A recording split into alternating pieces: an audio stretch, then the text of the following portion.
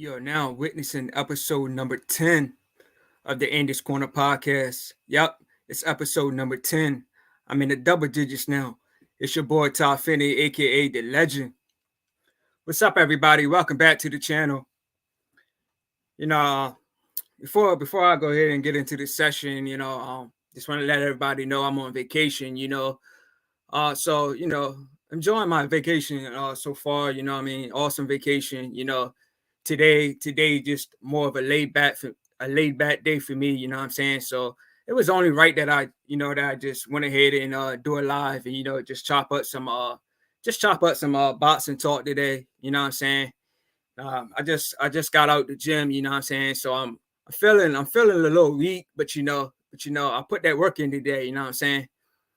So I'm gonna go ahead and get started. I'm gonna jump into the fights from a few weeks ago. I'm gonna go ahead and jump into the Loma Chico versus Ortiz fight. Give me a second.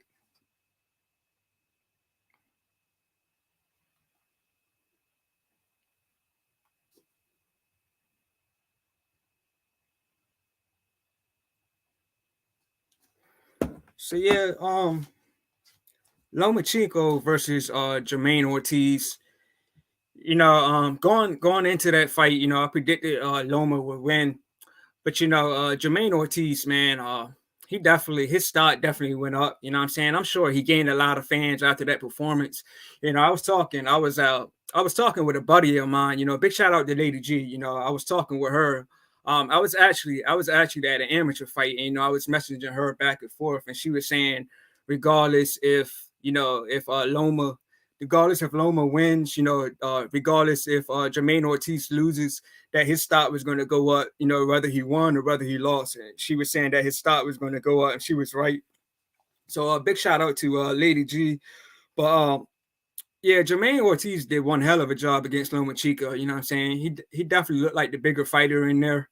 He bruised up Loma's eye real bad too. You know what I'm saying? But Loma, Loma is one of the best. Is one of the best fighters out there. That got the best footwork. So credit to Loma. Loma's definitely got the best footwork, and in that division, he's real fast with his movement. So but I do think Lomachenko is on a decline. You know what I'm saying? So and it looks like him and Haney is going to be next. And in that fight, I'm definitely going to go with Devin Haney. You know what I'm saying? Because when Devin Haney stood next to Loma, he looked huge compared to Loma. You know what I'm saying? He looked real big compared to Loma. So Devin Haney after the Loma fight, I do want to see Devin Haney move up in weight and take on some more options and take on some more challenges. So yeah, but as far as Jermaine Ortiz, props to him and props to his team. He did one hell of a job against Loma. He's also got a win over former champion Jamel Herring. So big ups to Jermaine Ortiz. You know what I'm saying? I would like to see him fight maybe Shakur Stevenson, but from what I'm reading, that the WBC they just ordered Shakur Stevenson versus Pitbull Cruz. Pitbull Cruz. So I mean, to me, that's kind of odd, that Shakur Stevenson is with Top Rank and Pitbull Cruz is with PBC. But hopefully they can make it happen. We seen PBC and Top Rank work together. We seen it in the Crawford versus Sean Porter fight. We seen it in the Deontay Wilder versus Tyson Fury. So PBC is willing to work with ESPN, but so I'm looking forward to Shakur Stevenson and Isaac Cruz if that does happen. But if that doesn't happen, I would like to see Shakur Stevenson fight Jermaine Ortiz. But I understand that Jermaine Ortiz is coming off a loss, so I'm not sure if that's going to be the move that Shakur Stevenson wants to run with. But both guys are on ESPN. Also, I wanted to get into Jake Paul versus Anderson Silva. And going into that fight, I predicted that Jake Paul would win. And I had an argument. I've been having a lot of debates with guys over Jake Paul. You know what I'm saying? His knockout over Woodley. A lot of people were saying that Woodley took a dive. You know what I'm saying? And now in the Silva fight, a lot of people are saying that Anderson Silva took a dive in that fight. You know what I'm saying? Because there was a video that came out which showed Anderson Silva. It showed a different angle. It was a low quality video, and it showed Jake Paul swinging on Anderson Silva, and the punch didn't even land. So I don't know who's coming out with these videos. You know what I mean? Me personally, I think it's just somebody that's just hating on Jake Paul. You know what I mean? Because he's obviously he's not a real boxer, but he's headlining pay-per-views. You know what I'm saying? He's main eventing these shows. So me personally, I think it's just somebody that's hating on Jake Paul. But even though he's not a real boxer, man, you can't knock his hustle, man. I respect what he's doing. You know what I mean? He's bringing cards together. You know what I mean? He's a businessman at the end of the day. You know what I'm saying? He's a fighter and he's a promoter. So when he's having these big cards, at the end of the day, everybody's getting paid. But far as the fight though, yeah, I predicted that Jake Paul would beat Silva. I just felt that Anderson Silva was just too old at this point. Even though he's got the a win over Chavez Jr. But you can argue that Chavez Jr. is not the same fighter that he used to be. You know what I'm saying? He's not. To me, he's not a disciplined fighter. You know what I mean? He let his pops down. It was one fight. Chavez Sr. was ringside. He was disgusted in his son's performance. So like Chavez Jr. is a fighter, that didn't take training and stuff seriously, you know what I mean? And he had a partying lifestyle, stuff like that. So, but yeah, as far as Jake Paul and Anderson Silva, I predicted that Jake Paul would win. Like I said, Silva is an older fighter. Jake Paul he's a big guy, you know what I mean? He's a younger guy, the fresher guy. So yeah, I predicted that Jake Paul would win that fight. I'm looking forward to see what his next move is. Yvonne Camper in the building. She says, "Hey Tyron, big shout out to you." Hey Kat, if you can hear me clearly, drop another comment. Let me know that you can hear me clearly. Because I'm using a new device. So anybody that comes in, if you can hear me clearly, drop something in the comment section, because I'm using a new device. Like if I put my headsets in, you're not going to hear me. So I gotta put this adapter piece in for for everybody to hear me. And I am using a new adapter piece. So if you can hear me clearly, drop something in the comment section.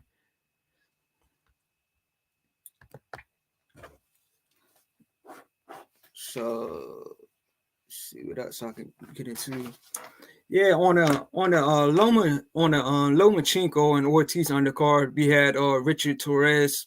For those of you who are not familiar with him, check out his last couple of fights. Richard Torres, he reminds me of a Tommy Morrison. You know what I'm saying? Young heavyweight fighter. He comes forward. Yvonne Camper, she says, "Hey, yes, I can hear you. Keep up the good work." I appreciate that. Thank you for letting me know that you can hear me. So, yeah, Richard Torres, man, if you haven't seen his fight, check out his last couple of fights. You know what I mean? He is just basically getting started. He's only got like 4 or 5 fights, but all his fights came by knockout. But he definitely reminds me of a young Tommy Morrison. I'm looking, a lot of the young up and coming guys. Those are the guys that be getting a lot of fights. You know what I'm saying? You could go on the PBC side. A lot of these up and coming fighters. They getting a lot of fights. Fighting 3 times a year. 4 times a year, something like that. But it's always the bigger name guys on the PBC side that's not fighting. They only fighting once a year. You could take Jamal Charlo, who hasn't fought once this year. You know what I'm saying? But he's had an injury, and he's had a little he had some personal things outside of the ring, that was happening in his life. So, but yeah, Jamal Charlo, he's for 2023, man. He's definitely got to get back in there and get in the midst. But one fight that I am looking forward to seeing happening is Richard Torres versus Big Baby Anderson. Both of them are on ESPN, and both of them are heavyweights. They both undefeated and both got some some nice knockouts. So, I think that's a fight that can happen, down the road. But like I said, Richard Torres only has like 4 or 5 fights, and Big Baby Anderson, I think he has like maybe 12 fights. But like I said, both guys are they fight on ESPN. So I think Bob Arum Bob Arum can definitely make it happen, but I'm not sure if that's a move that Richard Torres' team will want him to take right now. But if that happens, man, I think that would be a nice fight, especially for next year. I think that fight would kind of play out like Ray Mercer versus Tommy Morrison. I'll probably go with Big Baby by stoppage. You know what I'm saying? Like I said, Torres has only had like four or five fights. So who knows how he can handle adversity. You know what I'm saying? Big Baby Anderson, his last fight, he had some adversity, but he overcame it, and he eventually got the stoppage. So, and from what I'm saying, Big Baby Anderson, he's supposed to fight next month on, I believe it's the Teofimo Lopez card. He's supposed to fight on the undercard of that. So I'm looking forward to see Big Baby Anderson back in the ring for sure.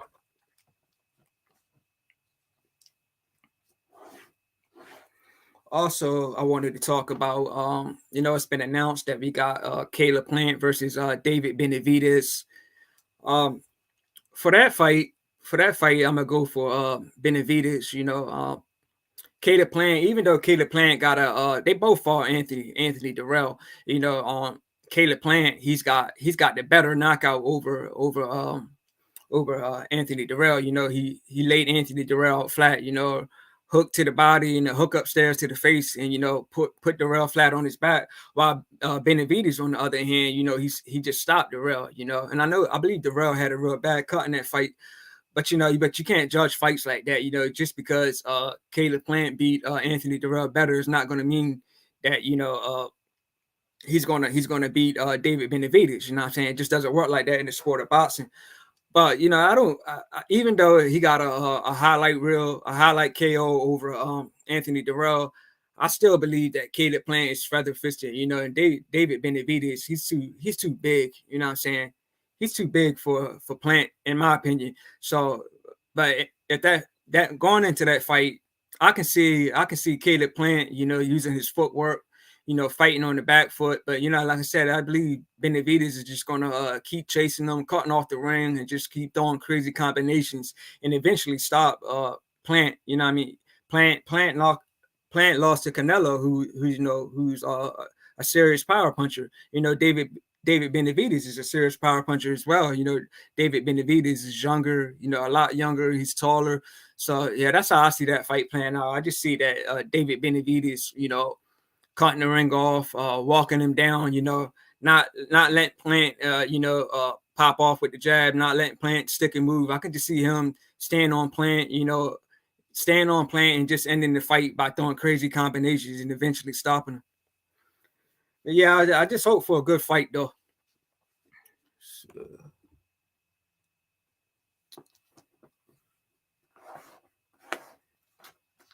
So also we all know that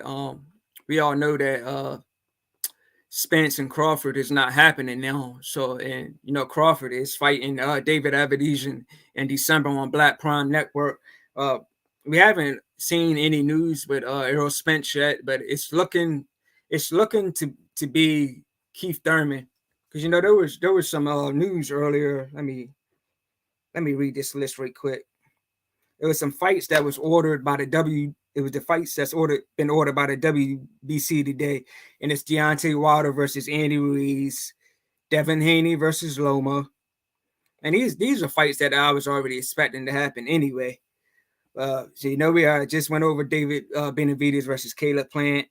Like I'm saying, Shakur Stevenson versus Isaac Cruz. I mentioned that earlier. Like I'm saying, that seems like a tricky one to make, because Shakur Stevenson is with Bob Arum, and Cruz is with Al Heyman in PBC.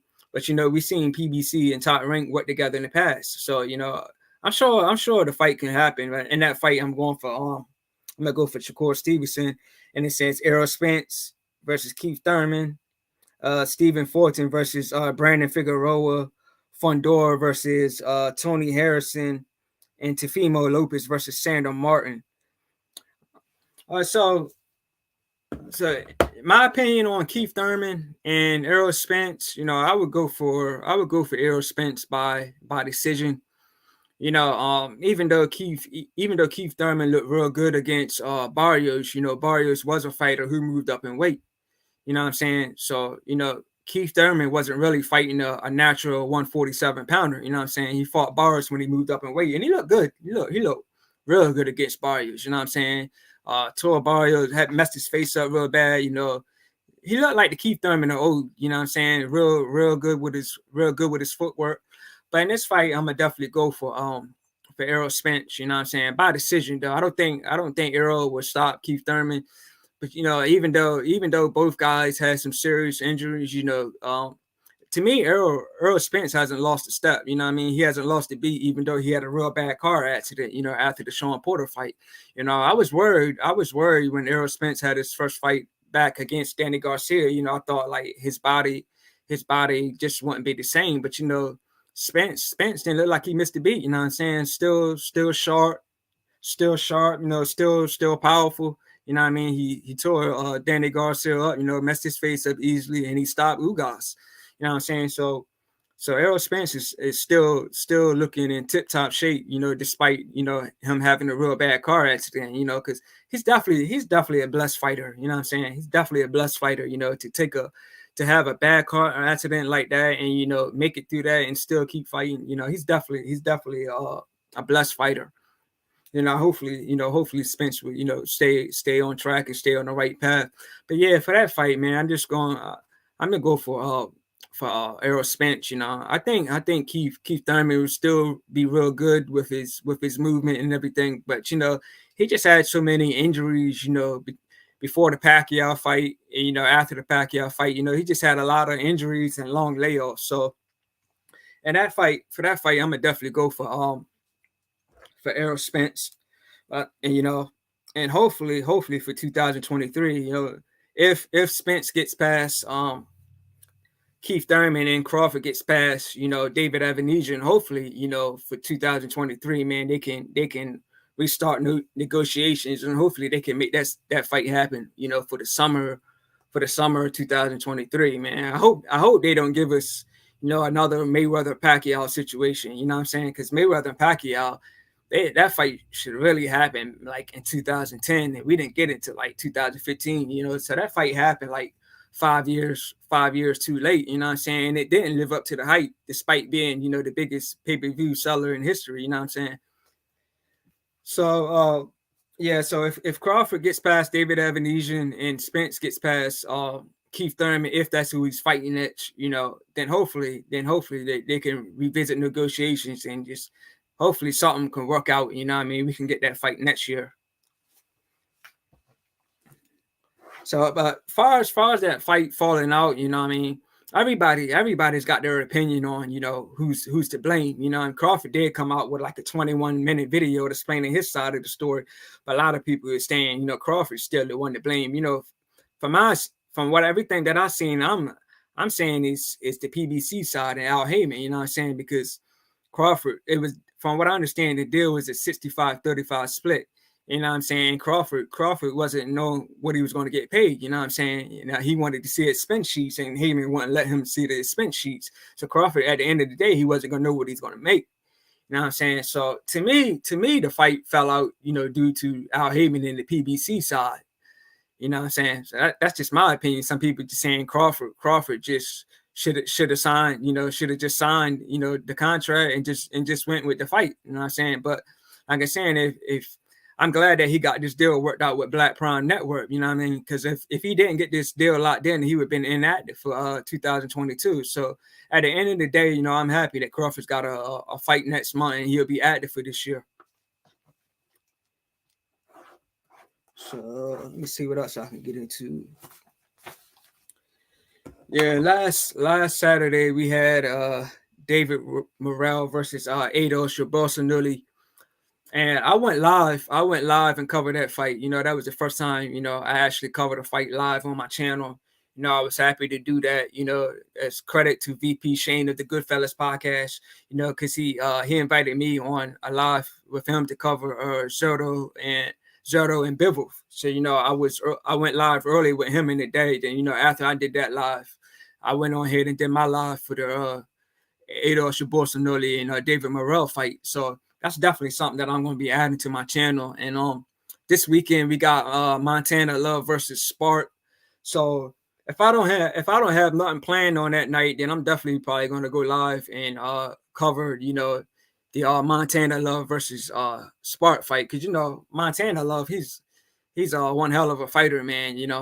And at one point he was very inactive. You know what I'm saying? He was inactive for a while. I don't know why, but now he's with Eddie Hearn, so he's staying busy. And the thing with Montana Love is he's very feather fisted. You know what I'm saying? He's feather fisted, but in his last couple of fights, I believe his last two fights he may have got knockouts. I know one of the fights, I believe, was in Cincinnati. He got a knockout. So, he's definitely showing a lot of skills. He's definitely improved. I became a big fan of Montana Love. Through all his mitt videos that he used to put out. You know what I mean? Very very entertaining mitt videos. With the dancing and stuff. So yeah, I'm a big Montana Love fan, man. He's one of the fighters that I definitely hope I can meet one day.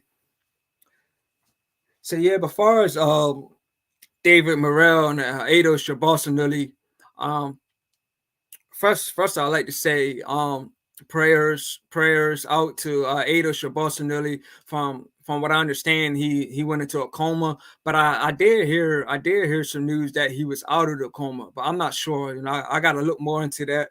But yeah, that's why I always say, man, we need to pray for these fighters, before they fight, and we need to pray for these fighters after they fight. We got to pray for their health and their safety, man. Because as I said before, man, boxing is a brutal sport, man. It's a brutal sport. Give me a second.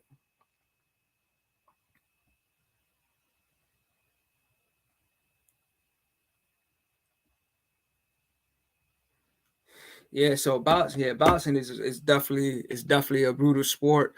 But that fight, man, that fight was all David Morrell. You know what I'm saying? It's all David Morrell. And David Morrell, he's a big guy. You know what I'm saying? He's a big guy, tall guy. He's got a lot of power. He's got under 10 fights, but he's got a lot of power. And he kept landing the shot similar to what Caleb Plant did to Darrell, a body shot, and then now it wasn't a right hook that he landed. Caleb Plant was a body shot, then a hook that put Darrell out. But all throughout this fight, man, David Morrell was landing a body shot and an uppercut on Yerbossynuly. He kept landing that. He kept landing that combination, man. And I think he landed that combination like 5 different rounds. Body shot, uppercut, body shot, uppercut. It was nice combination, man. He kept landing it. He kept landing it clean on Yerbossynuly. So yeah, and I was saying a lot of people were saying, Yerbossynuly's corner, he should have stopped the fight. They should have stopped the fight. The ref should have stopped the fight. Because at the on the last round when David Morrell got the knockout, Yerbossynuly was stumbling, and David Morrell helped Tony. He helped Tony Weeks carry Yerbossynuly back to his corner. So big ups to David Morrell, man. That was true sportsmanship. You know what I'm saying? True sportsmanship. Chris G in the building says, "Yo, Chris G, was good." Yeah, man. I'm just talking about Yerbossynuly versus Darrell. But yeah, now I agree, man. I believe that the referee Tony Weeks should have stopped that fight earlier. He should have stopped that fight earlier, or Yerbossynuly's corner should have stopped the fight. You know what I mean? And he was fighting. He was fighting here. He was fighting here in Minnesota. His team. They wanted to bring it. You know what I mean? So no, no disrespect to the team, but I do feel that it should have been stopped. But they believe in their fighter and have faith for their fighter. So they let the fighter fight all the way to the 12th round. But like I said, Yerbossynuly was taking some big shots in that fight, man. So like I said, though, prayers to him, prayers to his family. I hope he makes it out of this. Has a smooth recovery. But when it's all said and done, his team, they want to definitely have to sit down and see what the future plans are for him. When a fighter goes in the coma, man, that's something serious. I wouldn't want to keep fighting. You know what I'm saying? Chris G, so I think they should have stopped the fight when there was nothing Aidos couldn't do anything. His reach disadvantage was so obvious. Yeah, that's what I was saying, man. Morrell was such a big dude. He was such a tall fighter, man. You know, he was landing big shots. You know, Yerbossynuly's face was, bleeding bad. You know what I'm saying? So yeah, I agree, Chris, man. I think they should have started the fight earlier. You know what I'm saying? So but yeah, again, prayers out to Yerbossynuly and his family. Hey, Chris, man, you got any updates on if Yerbossynuly is still in the coma or if he's out the coma? Because I heard that he was out of the coma, but I haven't seen any links about that. And also, I think David Morrell should get the winner of Caleb Plant versus David Benavidez. Yeah, I know. Hey, Chris G, Benavidez is your boy. So if Benavidez does get past Caleb Plant, do you think it's possible that Benavidez and Morrell could fight? Let's say spring or summer of 2023.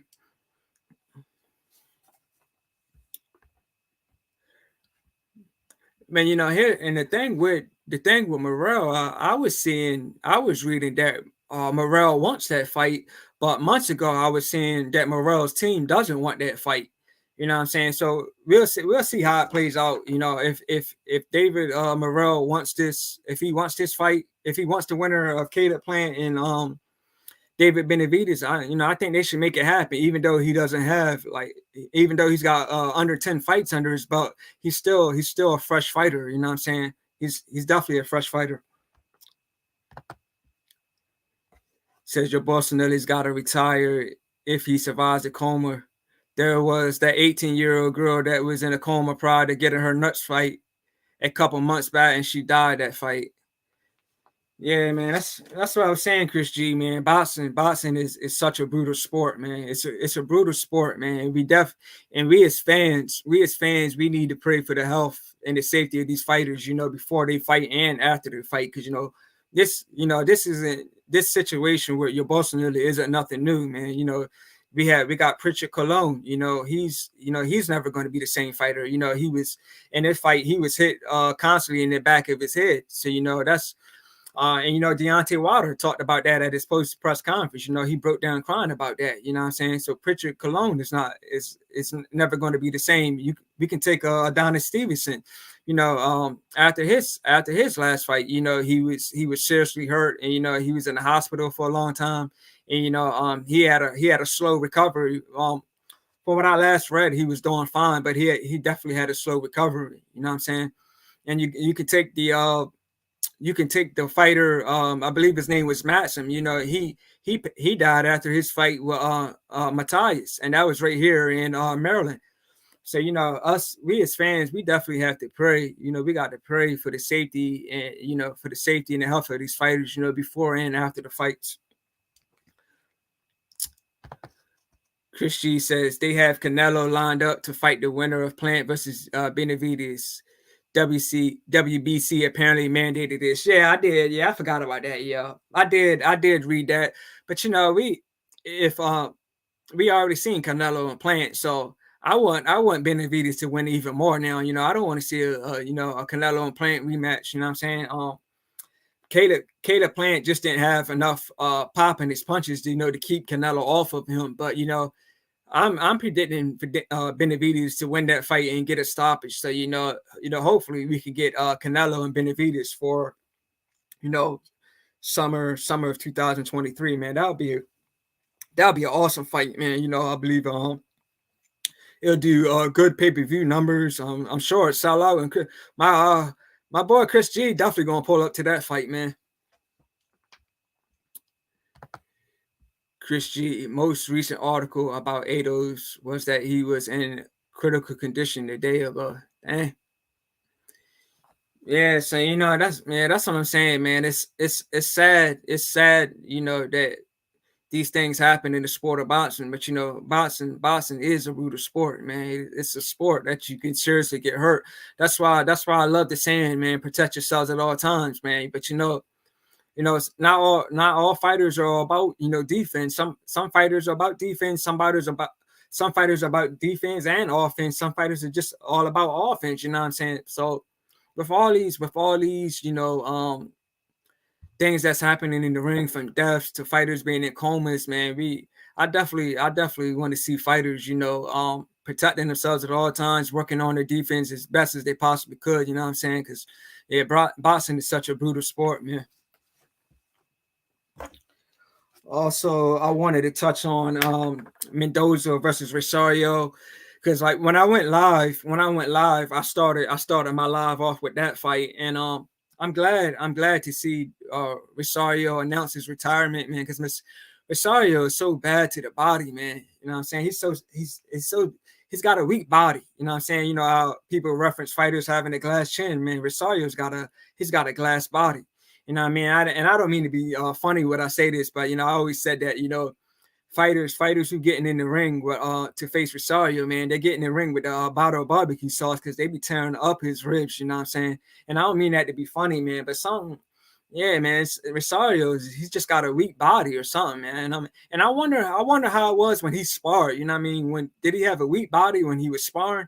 Because like Rosario, he's lost to a body shot by Jamel Charlo. Jamel Charlo jabbed him to the body. You know what I'm saying? He lost that fight by jab to the body. You know what I'm saying?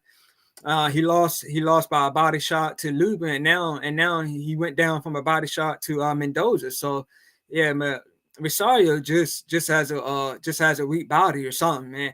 But at the end of the day, man, I'm sure he's had some nice paydays, and he's still, at the end of the day, he's still a unified champion. You know what I mean? He had a victory over J Rock. He had a stoppage over J Rock, and he was unified champion. So even though he's got such a glass body, at the end of the day, we gotta respect the man. You know what I mean? Because he was a unified champion. Going into that fight, I actually had him. I was kind of predicting that he would lose to J Rock, because J Rock, and I'm gonna get into J Rock in a second, but J Rock fought on the YouTube prelims, so J Rock is on the undercard on last Saturday. For those of you who don't know that, but yeah, but I was predicting J Rock to lose against Jarrett Hurd. I was predicting J Rock to lose against Gallimore. And J Rock proved me wrong in those fights. J Rock beat Jarrett Hurd, which shocked me, and he beat Gallimore. You know what I'm saying? So going that fight with Rosario and J Rock, I was predicting for J Rock to get the victory. But Banana Rosario, he beat J Rock and became unified champion. So even though he's got a glass body, man, we gotta respect the guy, because he still was a unified champion. You know what I'm saying? You can't take that away from him. Chris G says I might be pulling up to Benavides versus Plant for sure, man. I know those tickets probably gonna be expensive, man. But that's your boy, man. I know you're gonna pull up, man. But I would definitely love to, have the experience to see Benavides fight live. You know what I'm saying? I did get a chance to meet Anthony Durrell, who's lost to Plant and Benavides. So yeah, I would definitely like to meet Benavides. Chris G says Rosario got a glass chin and a glass body. Yeah. Yeah, he's retiring young at 27. Yeah, I think the decision is fair, man. I agree with him retiring, man. He's been going down in so many fights now. Yeah. He's got a glass, like you said, Chris G. He's got a glass chin and he's got a glass body, man. When you keep going down in fights like that, I mean, I think that's the best move. But I wish him the best, in his future. Hopefully he can, continue to do something in boxing. Whether it's like training or doing something in the gyms. Hopefully he can continue to do something, in the sport of boxing, just outside of fighting.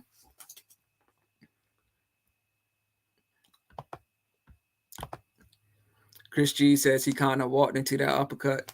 Yeah. I actually need to go back and watch that fight, because when I was covering it, I was busy looking at my computer and I was busy watching the screen. So I kind of gotta go back and rewatch that fight. Even though it was over early, yeah, I definitely gotta go back and rewatch that fight. And Brian Mendoza, man, he got a victory over Thomas Cornflake. I seen Thomas Cornflake fight live, Good fighter. Good Thomas Cornflake's a real good fighter. He's got a I believe he's got a fight next month in Atlantic City, New Jersey, and that's where I actually went to see him fight. And he's fighting back there again, But when Cornflake stepped up in competition, started fighting on TV, he's lost quite a few times. He's lost to Dusty Harrison. He's lost to Brian Mendoza, and then he had a night. He had a good shot to fight Law, but he got knocked out in the first round when he fought Law. So Thomas Cornflake Lamanna, he definitely kind of downgraded a little bit. Like I said, he's fighting next month, I believe, and he's fighting next month in Atlantic City, New Jersey.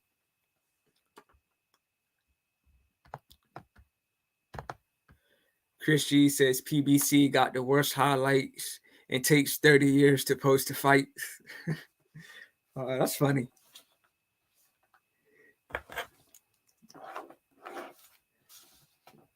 Yeah, but I gotta go back, Chris, man. I gotta go back and watch that Mendoza and Rosario fight. Cause like I said, I was constantly looking, at my live and at the TV. So I gotta go back and catch that knockout.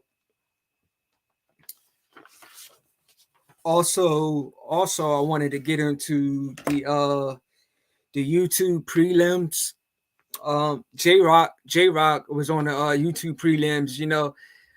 It's sad. It's sad in a sense, even though you could still catch it on TV. To me, it was kind of sad in a sense to see, J Rock fighting on the, YouTube prelims, because J Rock was, unified champion. I mean, he beat Hurd, but I actually had to watch that fight on my computer, so it was definitely different, to see J Rock fight on a YouTube prelim, because he's, like I said, he's a former unified champion, but he lost to Rosario, and then he lost his next fight after Rosario. I forget who he fought, but he lost his next fight after Rosario. But as far as the J Rock fight, man, he looked good. I forget what his opponent's name was, but he let's see.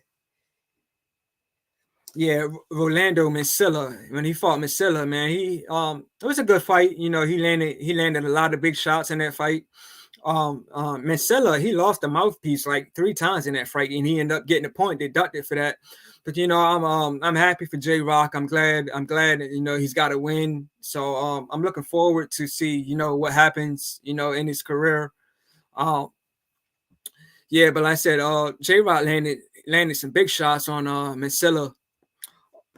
Also we had Andre Durrell versus Gonzalez.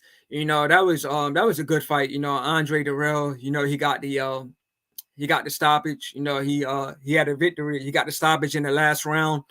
And in a sense, I know nobody's gonna forget the Caleb Plant knockout over Anthony Durrell, but in a sense, I'm kind of glad that Andre Durrell got this stoppage, because it kind of erases that memory of that bad KO loss that his brother Durrell suffered at the hands of Caleb Plant. So if you didn't see that fight, man, Andre Durrell versus Gonzalez, that was the last fight on the prelims card. Good fight, good fight for Andre Durrell. He's 39 years old now, so it was good performance, with based on the fact that he's 39 years old, so I'm glad he got the victory. But the Durrell brothers, man, they always got some controversy in their fights, man. You know what I'm saying? They always got some controversies. Andre Durrell, he was knocked out. He was knocked out by Uzaki. He was knocked out by Uzaki, after the bell rang and Uzaki hit him with a punch. You know what I'm saying? Then Andre Durrell's uncle went over to Uzaki's corner and he rocked him. You know what I'm saying? So, and of course, Anthony Durrell, he always cuts into this fight. So those Durrell brothers, they just always have a lot of controversies, a lot of controversial stuff happening in their fights, man. But they're good fighters, you know what I'm saying? Anthony Durrell is, a 2-time champion. So I had the opportunity to meet him. So he's definitely a fighter that inspires me, you know what I'm saying? Because, two-time champion, and also the fact that he beat cancer. Chris G says Al Heyman better start considering PBC on the zone. Yeah, that's a good point. You know what I'm saying? Because Al Heyman fighters is always fighting on Showtime. So he needs more he needs more networks. Chris G, me and G5 talked about this. Back when PBC first started in like 2015, 2016. PBC they had Spike, they had NBC, they had Bounce, they had a lot of networks, man. But you don't see PBC on Bounce anymore. You don't see PBC on Spike. You don't see them on NBC. So yeah, like when PBC started, man, they were definitely on a lot of different networks. But now, and just like all you see is for Showtime, which is their full network, and then you see Fox. You see Fox slightly, you know what I'm saying? But all the PBC fighters are always fighting on Showtime.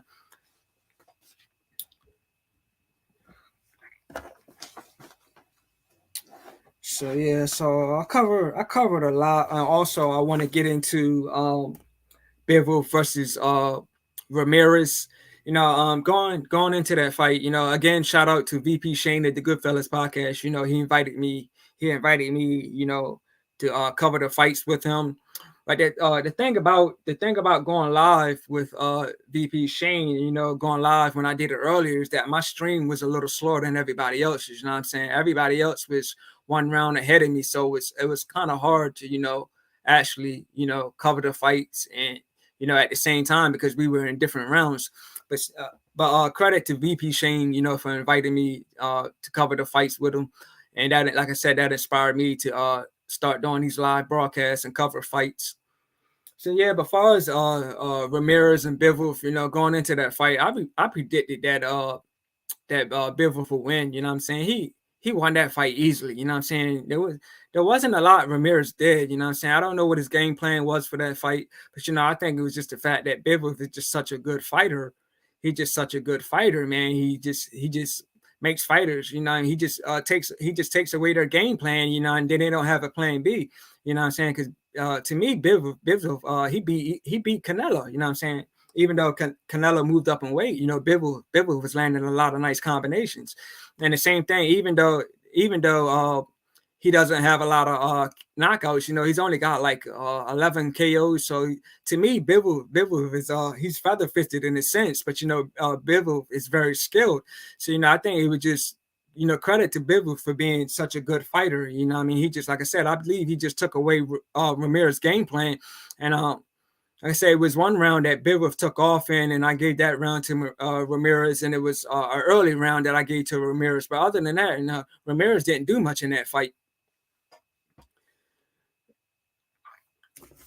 So yeah, and also I would love to see Bivol versus Beterbiev if Beterbiev gets past Anthony Yard in January. I believe Beterbiev is supposed to fight Anthony Yard, but Anthony Yard has a fight coming up first, and then him and Beterbiev are scheduled to fight in January. So if Beterbiev gets past Anthony Yard, which I believe he will, because Yard lost to Kovalev by a jab, you know what I'm saying? So Yard doesn't have the best chin, and you know that Bivol is a power puncher. He's got knockouts in every single one of his fights. So if Beterbiev gets past Anthony Yard, which I believe he will, I hope that we can get that fight between Bivol and Beterbiev, maybe spring or summer 2023. That would be a good fight, man. That would be a good fight. A very skilled guy versus a powerful guy. But Beterbiev has skills too. So that's going to be a tough one for me to call. But I think I'll probably lean more toward Beterbiev for that fight.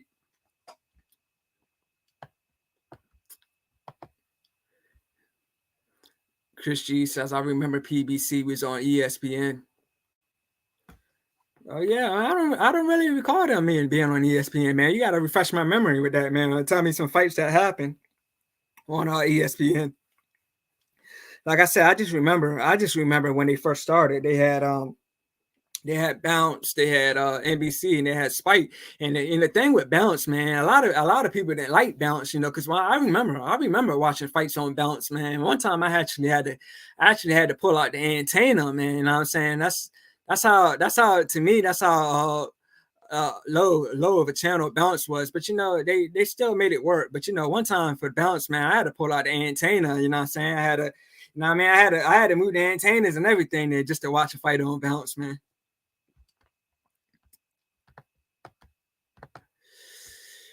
Chris G says, watch David Benavidez versus Dennis Duggan. Oh, you know what? You may be right. I may have seen that fight live. I know I do remember seeing the highlights for David Benavidez versus Dennis Duggan. And speaking of Dennis Duggan, Chris G, I actually seen Dennis Duggan fight live, and when he got his very first loss, this was years ago.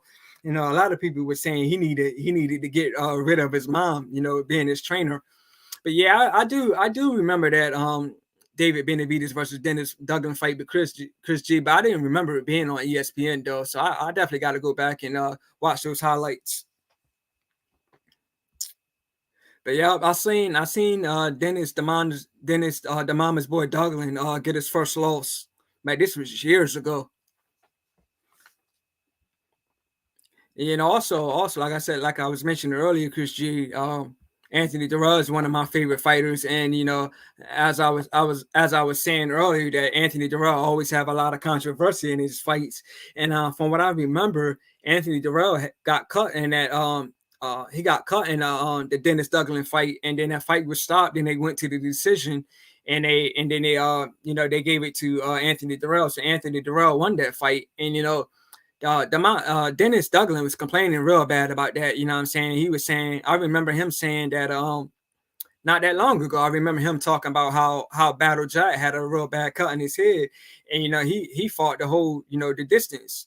He fought the distance, but when Duggan fought Anthony Durrell, he had a little small cut, and then they stopped the fight and went to the decision. So I remember Duggan and Anthony Durrell having some beef over that. But I remember somewhere Dennis Duggan walked up to Anthony Durrell. It was somewhere, I don't know if it was a hotel or somewhere, but he walked up to Anthony Durrell and confronted him. So hopefully, if Anthony Durrell wants to get back in the mix and erase that bad KO loss from Caleb Plant, I think him and Dennis Duggan should run it back for sure, man. I think they definitely should run it back. Since Duggan was so upset that that he Anthony Durrell got cut in that fight, and then they went to the decision and he won. So I think Dennis Duggan and Anthony Durrell rematch. I think that seems fair.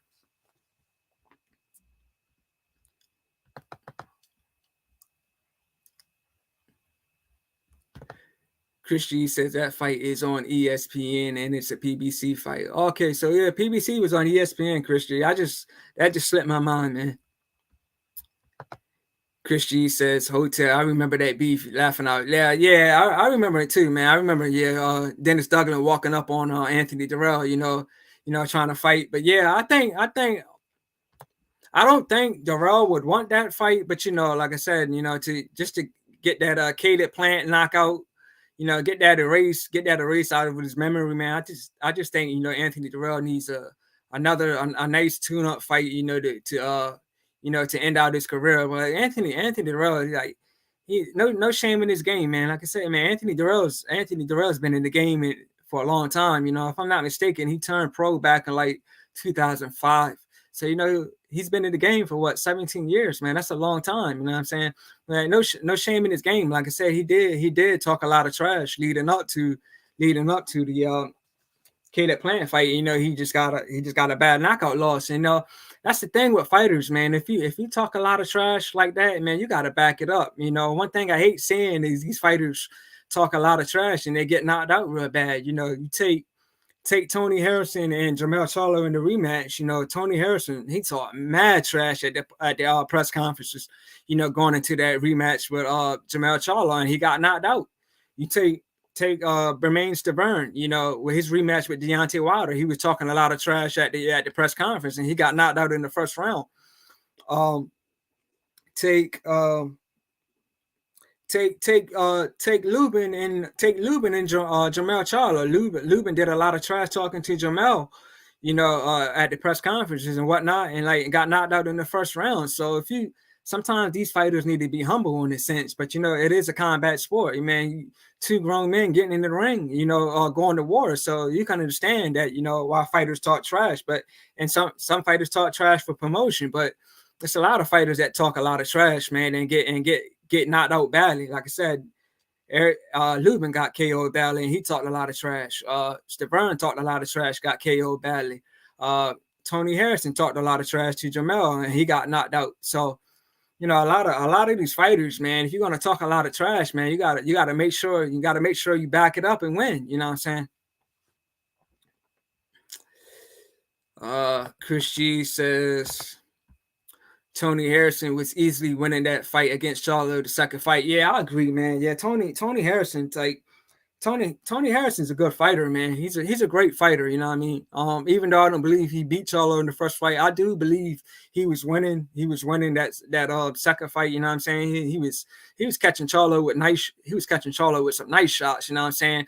But I think in a sense that his showboating caught up with him. You know what I'm saying? He was showboating in that fight. You know what I'm saying? That same round that he was showboating in, he got dropped by Jamel. So I hate when fighters showboat. But yeah, I agree with you, Chris, man. Tony Harrison was winning that fight easily. It's just the thing with Harrison, man, and this is in a lot of his fights that he loses, and he just happens to gas. He gasses badly in the later rounds. You know what I'm saying? He was dodging Jared Hurd. You know what I mean? He was catching Hurd with big shots. But I remember the Hurd fight, after he got up and the ref was counting, he spit out his mouthpiece. So Tony Harrison just got a bag gas tank in the later rounds.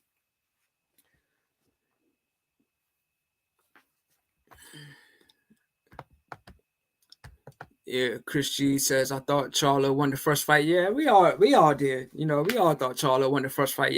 That's why I'm glad that, Charlo got his redemption. You know what I'm saying? I'm glad he got his redemption. But like I said, I just believe, all that trash talk Harrison did and all that showboating, it just caught up with him. If he stayed focused, and quit with that showboating, I think he could probably had beat Charlo by decision, man. But like I said, man, Tony Harrison is he's a great fighter. You know what I'm saying? Tony Harrison was the last fighter to stop Fernando Guerrero, who's from my town. Fernando hasn't fought since. But when I was talking earlier about Justin DeLoach, Fernando Guerrero was supposed to fight Justin DeLoach in 2017 on I believe it was Showtime or ESPN. But I think it was Showtime, but he was supposed to fight Justin DeLoach. But for what I remember, he got sick leading up to that fight. So Gallimore ended up fighting Justin DeLoach. And that's when I became a fan of Nathaniel Gallimore's after his fight with Justin DeLoach, man. I became a huge fan. But like I said, yeah, I gotta get into Gallimore too, man. Gallimore's probably the last topic that I'm going to get into before I close this one out.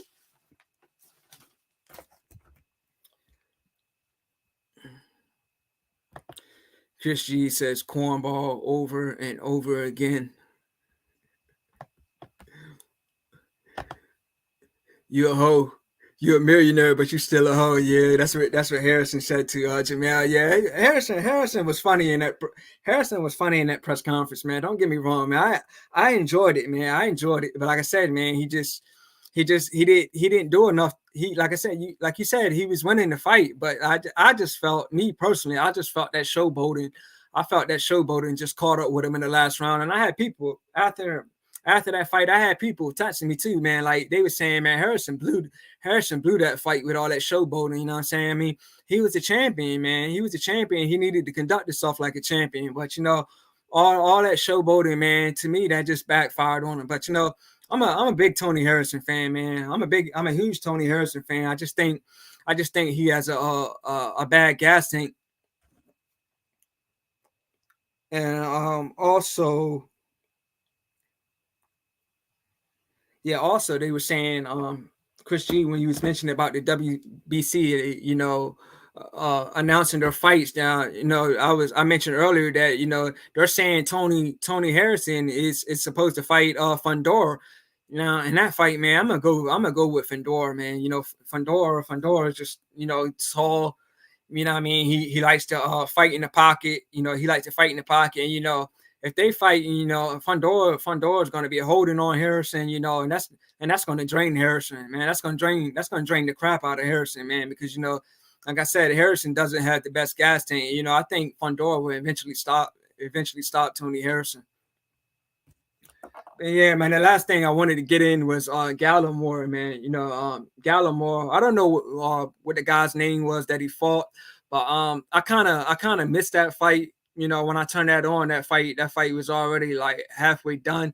But I think Gallimore is on the downside, man. He's taking a lot of losses. He's taking a lot of losses. And then one thing I noticed in that fight, that his opponent, he had like a real bad gash in the back of his head, yo. Can anybody tell me why he had that gash? Was it from a headbutt? Was it from a punch?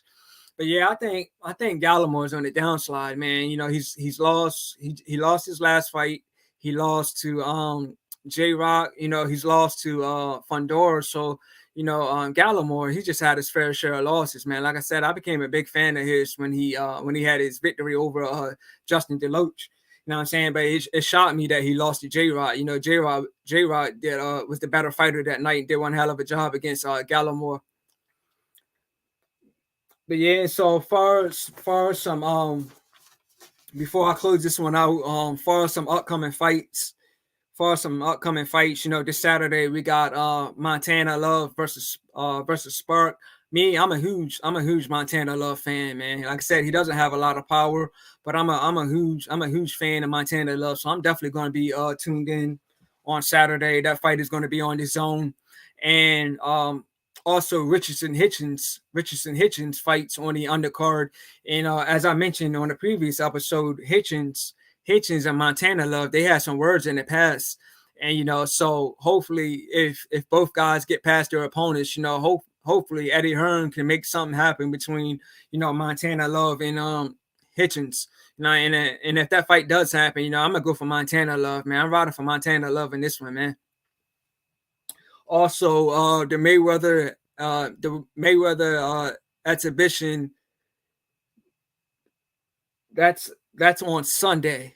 Yep, that's on Sunday. You know what I'm saying?